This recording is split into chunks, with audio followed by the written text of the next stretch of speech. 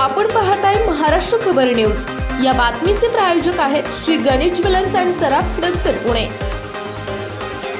नमस्कार, मी सुद्धा महाराष्ट्र खबर न्यूज मध्ये आपल्या सगळ्यांचं स्वागत। राज्याप्रमाणे इचलकरंजी महानगरपालिकेच्या निवडणुकीमध्ये महायुती म्हणूनच एकत्र लढायचं आहे। जागा वाटपासंदर्भात वरिष्ठ आणि स्थानिक पातळीवर चर्चेतून तोडगा काढला जाईल। मित्रपक्षांनी सुद्धा ज्या ठिकाणी आपली ताकद आहे, उमेदवार निवडून येऊ शकतील अशाच ठिकाणच्या उमेदवारीची मागणी करावी।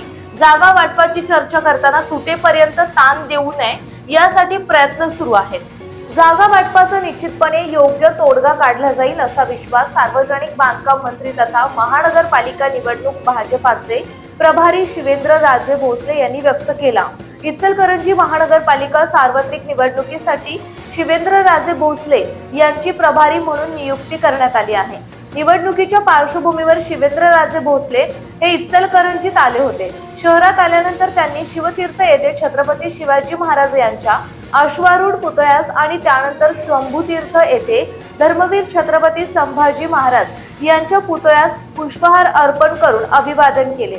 यावेळी आमदार राहुल आवाडे, माजी मंत्री प्रकाश आवाडे, भाजपचे प्रदेश उपाध्यक्ष सुरेश हाळवणकर, मकरंद देशपांडे, राजवर्धन नाईक, निंबाळकर, शेखर शहा, शशिकांत मोहिते, सुनील पाटील, शहाजी भोसले, सपना भिसे, सीमा कामते यांच्यासह भाजपचे पदाधिकारी उपस्थित होते।